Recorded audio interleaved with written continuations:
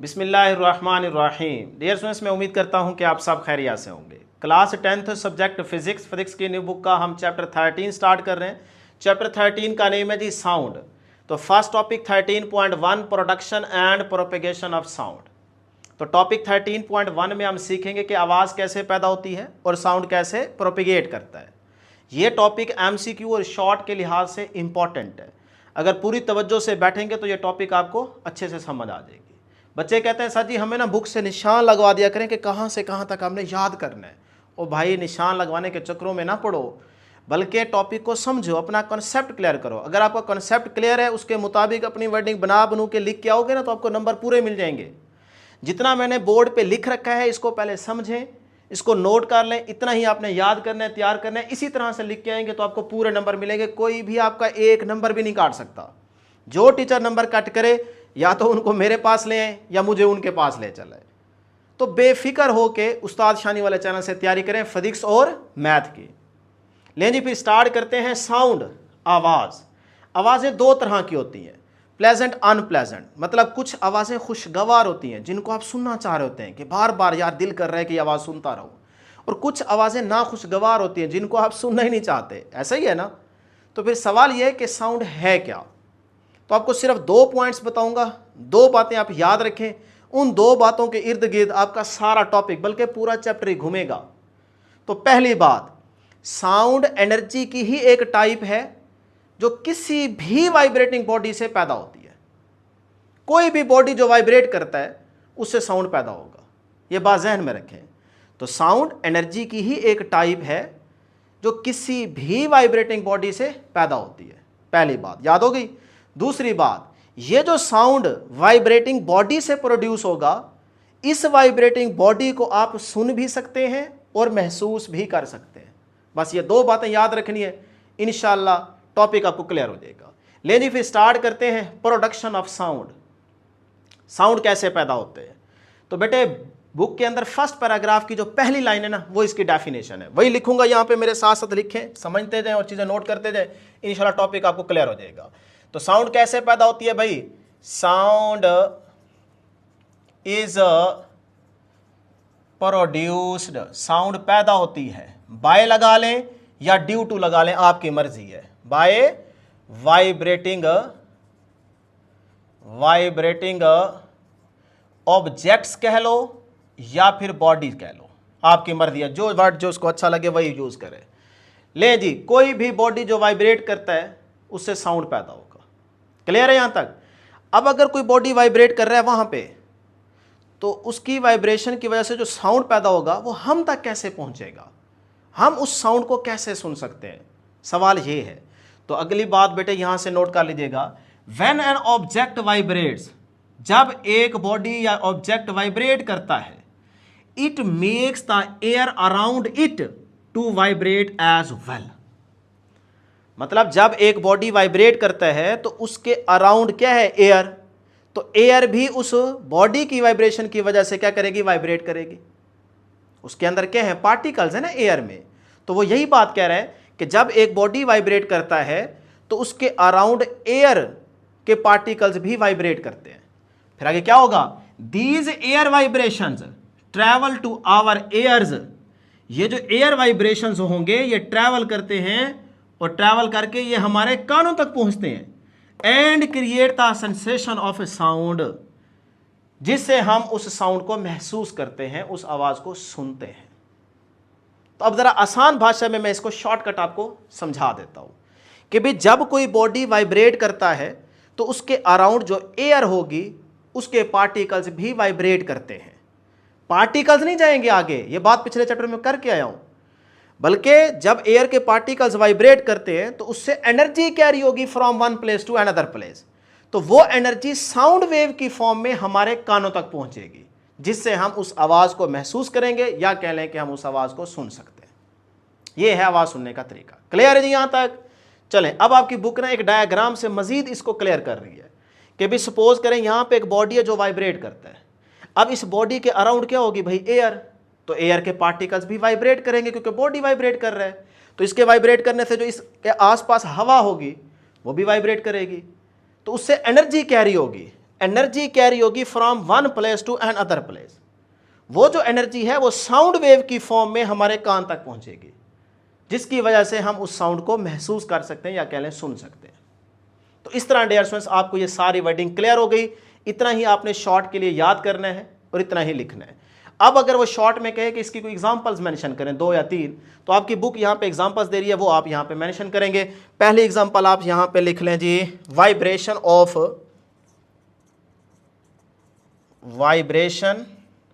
Of strings of guitar.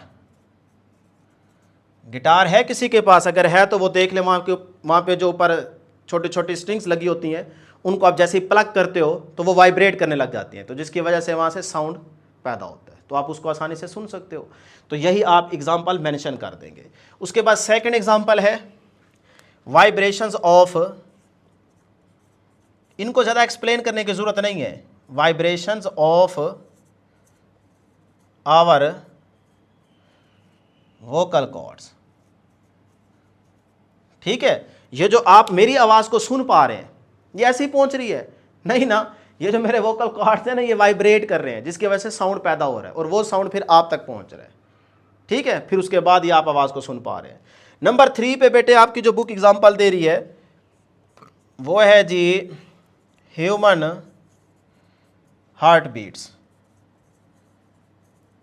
ठीक है, जो दिल आपका वाइब्रेट कर रहा है, ठीक है, इसका साउंड जो है ना वो भी आप सुन सकते हैं। अब कुछ बच्चे हो गए यार साउंड तो आ ही नहीं रहा, दिल धड़क रहा है ना, धड़ धड़ धड़ धड़ धड़ धड़ धड़, साउंड नहीं आ रहा।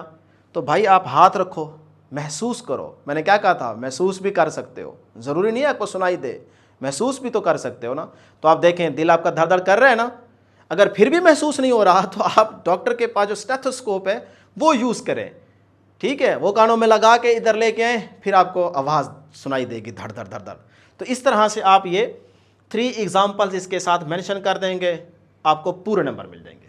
ले जी, अब इन्हीं बातों को समझने के बाद आपकी बुक एक छोटी सी एक्टिविटी के थ्रू मज़ीद क्लियर कर रही है कि भाई साउंड कैसे पैदा होता है। 13.1 एक्टिविटी, ट्यूनिंग फॉर्क, जो आपके स्कूल के लेबॉर्ट्री में रखा होता है, इसको जाके कल देखिएगा कि भाई ट्यूनिंग फॉर्क किस तरह की बला है।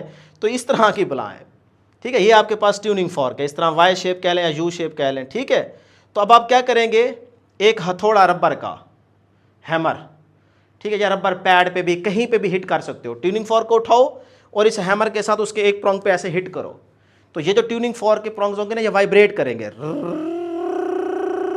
ऐसे। अब ये जो आपको आवाज़ आएगी ना ये दूर से नहीं सुनाई देगी, बल्कि आप इस हैमर के साथ इस प्रोंग पे हिट करने के बाद इस ट्यूनिंग फॉर्क को अपने कान के करीब लेके आओगे, इस तरह की साउंड आपको सुनाई देगी। तो देखें बॉडी क्या कर रहा है, वाइब्रेट, जिसकी वजह से क्या हुआ, साउंड पैदा हुआ। क्लियर है? तो अब जो वाइब्रेटिंग ट्यूनिंग फॉर्क की डायग्राम है वो ये है।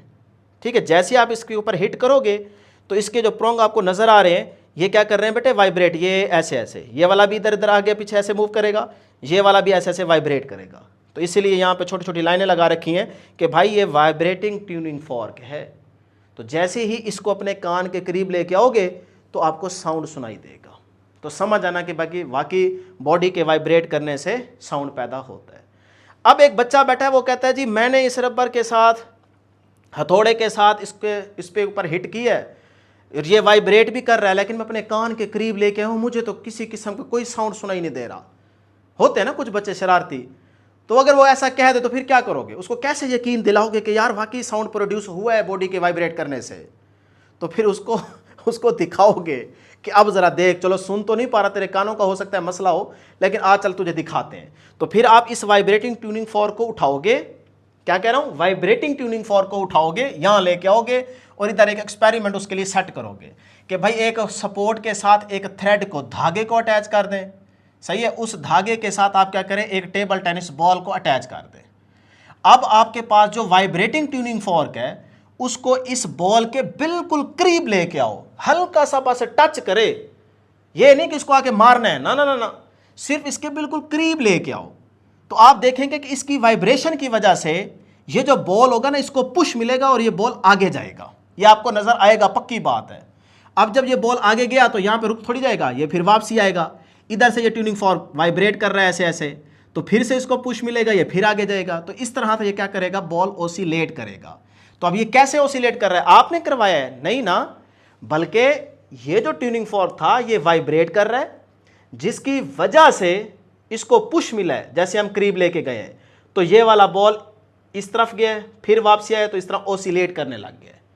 तो अब उसको यकीन दिलवाओ कि भाई देखो इस बॉल को हमने तो मूव नहीं करवाया, ये ट्यूनिंग फॉर्क वाइब्रेट कर रहा था, जिसकी वजह से ये बॉल आगे गया है। तो लिहाजा उसको अब समझ आ जाना चाहिए कि भाई वाकई ये वाइब्रेटिंग बॉडी से साउंड पैदा हुआ है। अगर उसको सुनाई नहीं दे पा रहा तो वो महसूस तो कर पा रहे हैं ना कि हाँ यार वाइब्रेशन की वजह से ये कोई चीज़ आगे मूव कर गई है। तो लिहाजा इस तरह से आप ऑब्जर्व भी कर सकते हो। यहाँ पे अगर आप सुन नहीं पा रहे तो यहाँ पे आप ऑब्जर्व भी कर सकते हो। क्लियर है जी? चलें, अब इन बातों से आपने क्या सीखा है, क्या रिजल्ट निकाला है आपने, आपका कंक्लूजन क्या होगा? तो बेटे हमने फिर एक ही बात सीखी है कि भाई जवानों कि फ्रॉम दिस कह लो या दीज एक्टिविटीज, दोनों की बात करना है, एक ही बात करो, आपकी मर्जी है। From this activity we can conclude that कि sound is produced by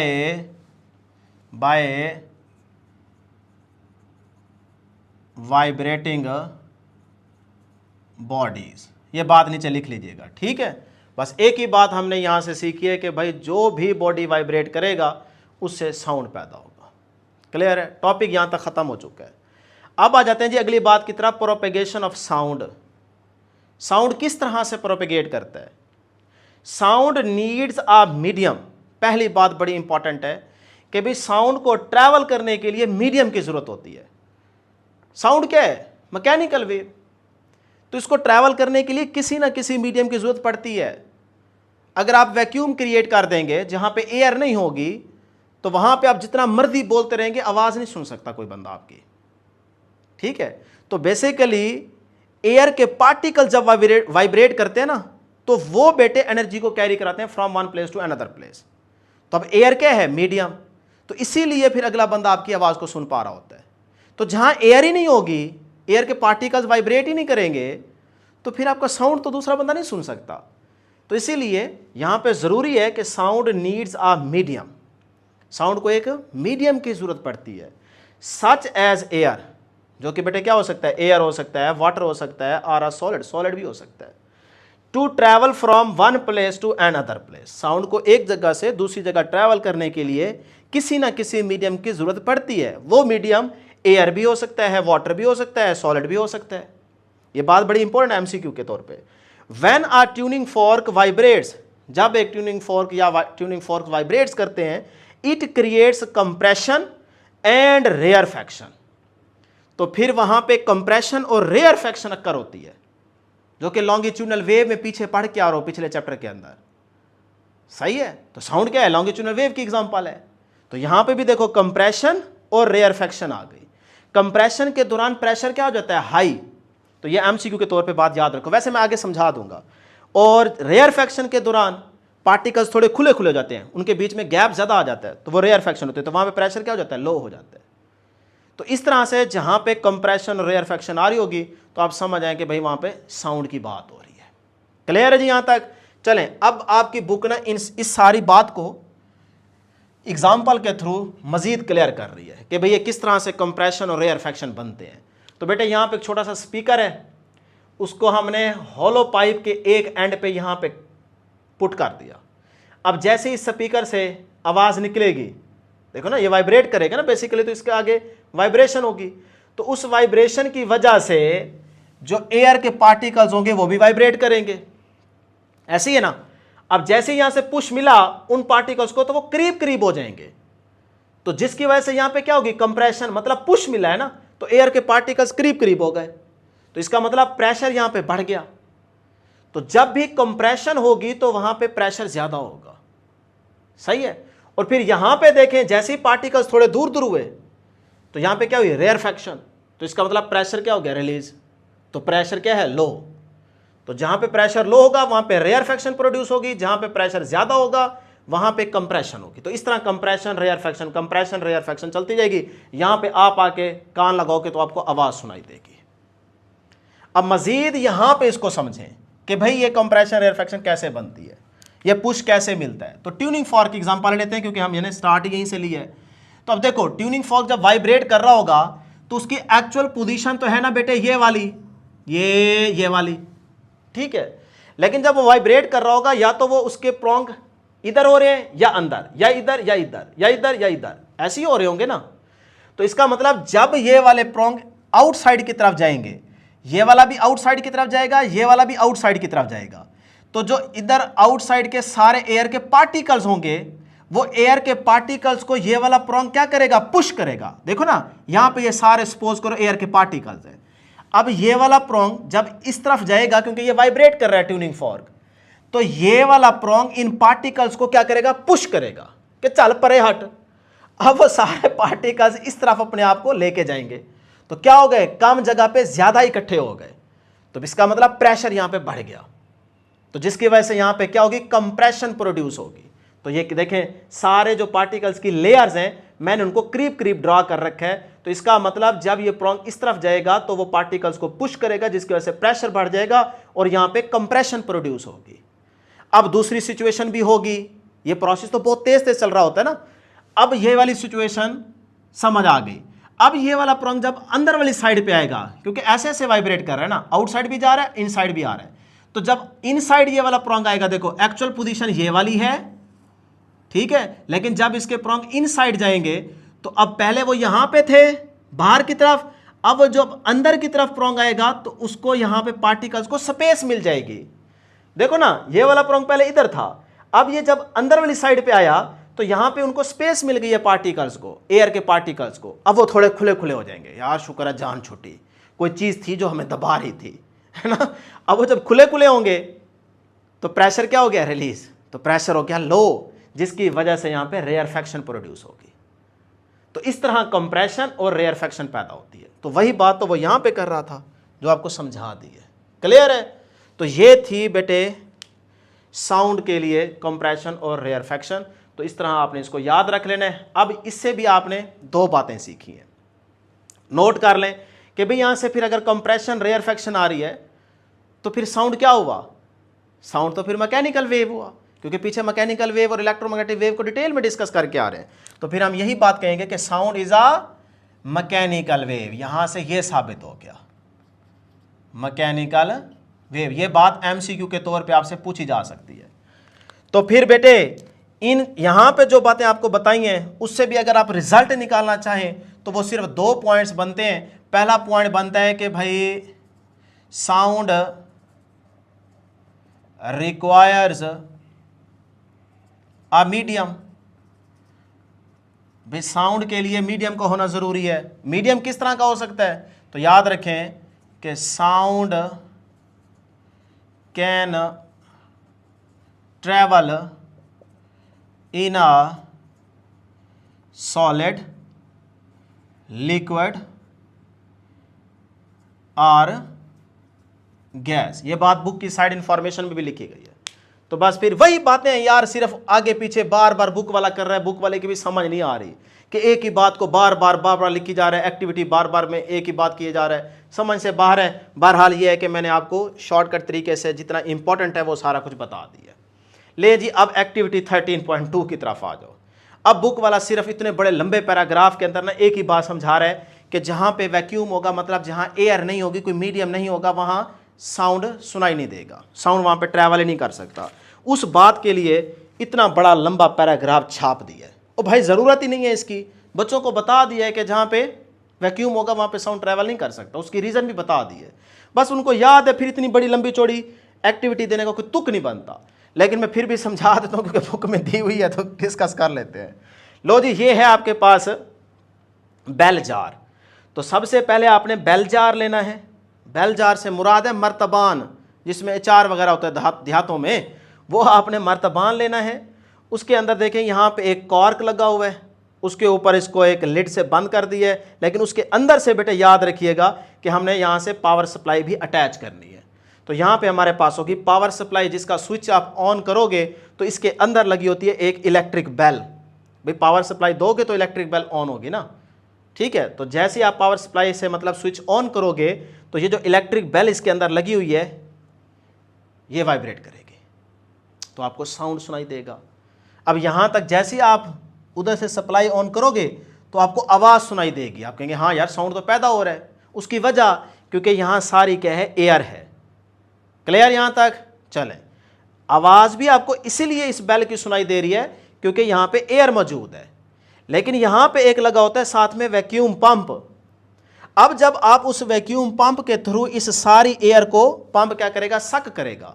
तो जैसे ही ये पंप इस सारी एयर को सक कर लेगा तो यहाँ पे कुछ भी एयर बाकी नहीं बचेगी। जब यहाँ पे एयर नहीं होगी तो आप पावर सप्लाई से स्विच ऑन करोगे तो ये इलेक्ट्रिक बेल ऑन हो जाएगी, लेकिन आपको आवाज़ सुनाई नहीं देगी। वो ऑन है बेल, लेकिन आपको आवाज़ सुनाई नहीं देगी क्योंकि यहाँ पे एयर नहीं है। अब तो बस वो यही बात कर रहा है। अब एयर अगर होती तो उसके पार्टिकल्स वाइब्रेट करते, उससे एनर्जी कैरी होती from one place to another place और हम साउंड सुन लेते। लेकिन जब वैक्यूम पंप के थ्रू आपने सारी एयर ही निकाल ली है बाहर, तो अब जब आप यहाँ से स्विच ऑन करेंगे तो ये इलेक्ट्रिक बेल ऑन हो जाएगी, लेकिन आप आवाज़ इसकी नहीं सुन पाएंगे क्योंकि यहाँ पे एयर नहीं है। तो इसी से ये वाली बात हम सीख गए।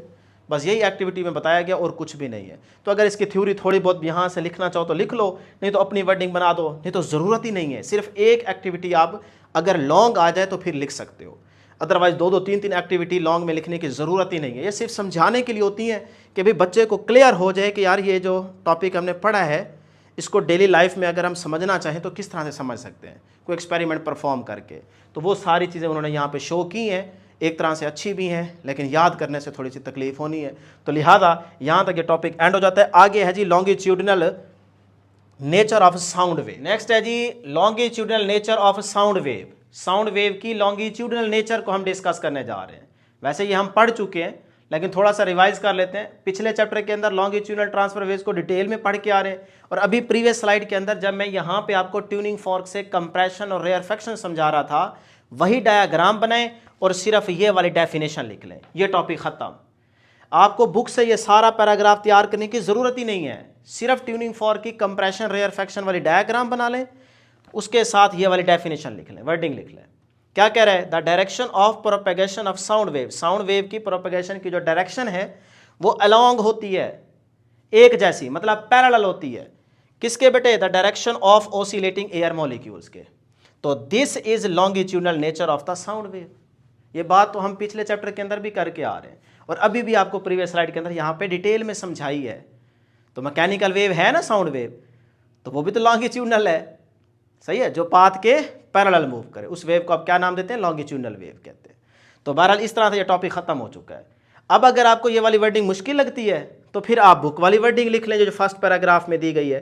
बुक वाला यहाँ पे एग्जांपल दे रहा है स्लिंग की स्प्रिंग, जो हमने पिछले चैप्टर के अंदर डिस्कस किया था कि एक स्लिंग की स्प्रिंग लें, उसको टेबल पे रख के ऐसे बैक एंड फोर्थ हल्का हल्का मूव कराएं। वो जब आगे जाएगा तो इसका मतलब वो स्प्रिंग इकट्ठा हो जाएगा, तो कंप्रेशन आ जाएगी ये वाली, ठीक है। जब वो पीछे आएगा, बैक एंड फोर्थ मूव कर रहा है ना, तो वहाँ पे फिर क्या होगा? इस तरह से स्प्रिंग हो जाएगा खुला खुला। तो यहाँ पे क्या है? रेयरफेक्शन। तो ये कंप्रेशन, ये रेयरफेक्शन। तो ये आप अपनी आंखों से देख सकते हो, स्प्रिंग लेके टेबल पे रख के देख लें। तो फिर इसका मतलब एक कंप्रेशन टू दूसरे कंप्रेशन तक का जो डिस्टेंस होता है, इसे हम कहते हैं वेवलेंथ। इसे क्या कहते हैं बेटे? वेवलेंथ कहते हैं, मतलब कि इसको लैम्डा कहते हैं। यहाँ तक क्लियर है ये बात? वैसे ये पीछे भी आपको सारा वेवलेंथ, टाइम पीरियड, फ्रीक्वेंसी, ये सारा कॉन्सेप्ट दे के आ रहे हैं। तो दोबारा यहाँ पे पता नहीं क्यों वो डिस्कस कर रहे हैं। खैर एनी हाउ, तो अब इसकी एग्जांपल वही आप लिखते हैं कि भाई स्लिंग की स्प्रिंग वाली, उसके मुताबिक छोटी मोटी थ्योरी ऐड कर लें कि sound travels in the form of longitudinal wave. This means the particles of air move back and forth in the same direction as the sound wave.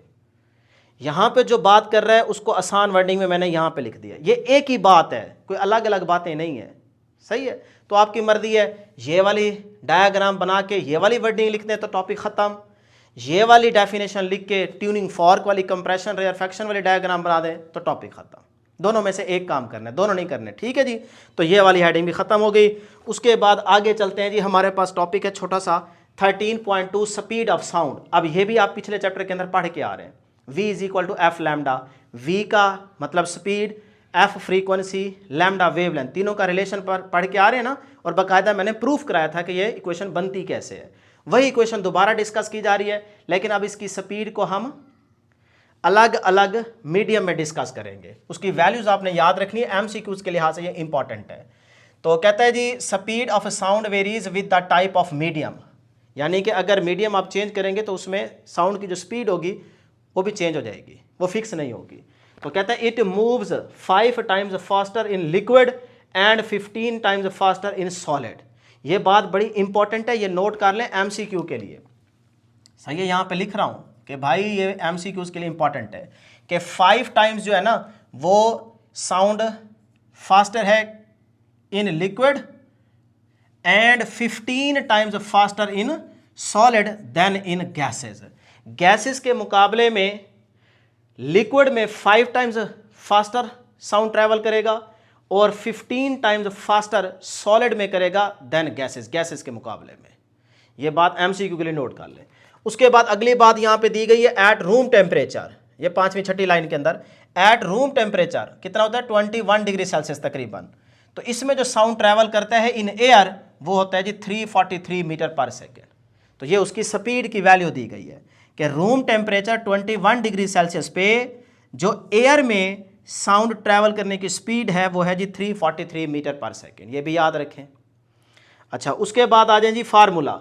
अब फार्मूला आप लोगों को पीछे सारी डेरिवेशन करवा के आ रहे हैं भाई, अगर आपने वो चैप्टर 13 तैयार किया है, सॉरी 13 नहीं 12, तो आपको वो फार्मूला याद होगा। v is equal to f lambda, v speed of sound, यहाँ पे f फ्रीक्वेंसी और लैम्डा क्या है वेवलेंथ को रिप्रेजेंट कर रहा है। फ्रीक्वेंसी का यूनिट हर्ट्ज होता है, इसका यूनिट हर्ट्ज होता है, वेवलेंथ का यूनिट मीटर होता है और स्पीड का यूनिट मीटर पर सेकंड होता है। ये आपको आते हैं, ठीक है। ये मैं अगर आपको दिखाना चाहूँ तो मेरे शेरो जवानों ये देखो, ये आपने v is equal to f lambda की सारी डेरिवेशन भी की थी, ठीक है, और इसके यूनिट्स वगैरह कन्वर्जन वगैरह सारा कुछ आपको यहाँ पे सिखा के रहा हूँ पेज नंबर 38 पे। तो ये आपके लिए मुश्किल नहीं है। तो बहरहाल ये टॉपिक ख़त्म हो चुका है। उसके बाद एग्जांपल है 13.1 छोटी सी, यहाँ पे भी v is equal to f lambda वाला फार्मूला यूज़ हो रहा है। ये भी पीछे आप एग्जाम्पल एक सॉल्व करके आ रहे हैं। तो कहता है calculate the frequency of a sound wave of the speed 340 metre per second and the wavelength 2.0 metre. Speed दी गई है आपको 340 मीटर पर सेकेंड और वेव लेंथ दी गई है 2.0 मीटर। इसको गिवन टाइम में लिख लो। स्पीड ऑफ वेव दी गई है 340 metre per second, wave length दी गई है लैम्डा इज इक्वल 2.0 मीटर। इसी तरह से लिखिएगा पेपर में। टू फाइंड, क्या चीज़ फाइंड आउट करनी है, वो कहता है कैलकुलेट द फ्रीक्वेंसी। फ्रीक्वेंसी को एफ से शो करते हैं, ये हमने फाइंड आउट करनी है। तो एज वी नो दैट, जैसा कि हम जानते हैं, क्या जानते हैं बेटे, v is equal to f lambda. तो यहाँ से फ्रीक्वेंसी निकालनी है, तो फ्रीक्वेंसी अपनी जगह पे ये लैम्डा एफ के साथ मल्टीप्लाई है, v के नीचे जाके क्या हो जाएगा डिवाइड हो जाएगा। मैंने ज़रा तरतीब सीधी कर ली है, ये फार्मूला बन गया फ्रीक्वेंसी का, ठीक है। इसमें वैल्यूज पुट कर दो। v कितना है जी, v है 340 डिवाइड बाय लैम्डा कितना है जी 2। तो 340 डिवाइड बाय 2 करें तो कितना आता है बेटे 170 तकरीबन, मेरा ख्याल है, सही है। तो फ्रीक्वेंसी का यूनिट क्या होता है हर्ट्ज, तो साथ में यूनिट लिख दें। लें जी, ये आपके पास आंसर आ गया, कोई मुश्किल नहीं था, ठीक। अब लास्ट में हमारे पास टेबल है 13.1 जो कि एमसीक्यूज के लिए इंपॉर्टेंट है। टेबल नहीं छोड़ना बेटे, इनको तैयार करना है। तो ये सारा टेबल अगर याद कर सकते हो तो अच्छी बात है, नहीं तो कम से कम 5-4 वैल्यूज आपने लाजमी याद रखनी, यहाँ से एक एमसीक्यू पक्का आएगा। सबसे पहले देखो, एयर 0 डिग्री सेल्सियस पे, यानी कि जब टेम्परेचर की वैल्यू 0 डिग्री सेल्सियस हो तो एयर में साउंड की स्पीड की वैल्यू क्या होगी, वो होगी 330 मीटर पर सेकेंड। उसके बाद याद करो, एयर के लिए जब टेम्परेचर की वैल्यू 100 डिग्री सेल्सियस होगी तो फिर एयर में साउंड की स्पीड क्या होगी, तो वो होगी 391 मीटर पर सेकेंड। इसी तरह याद करें ऑक्सीजन, ऑक्सीजन के लिए भी याद रख ले 317 होगी। उसके बाद लिक्विड्स एट 25 डिग्री सेल्सियस, तो इसमें दोनों याद रखें, डिस्टिल्ड वाटर भी याद रखें और सी वाटर भी याद रखें। उसके बाद सॉलिड में एट 25 डिग्री सेल्सियस, ये टेम्परेचर साथ में मेंशन करेगा वो एमसीक्यू में। तो सॉलिड में आप याद रख लें वुड, तो वुड में आपके पास है जी 200 मीटर पर सेकंड। और इसी तरह से आप याद रखें आयरन, आयरन याद कर लें और स्टील याद कर लें, ठीक है, 3 यहाँ पे याद कर लें और 2 ऊपर वाली 5, 5 और 3 ऊपर बताइए 8, 8 आपको लाजमी याद करनी पड़ेगी।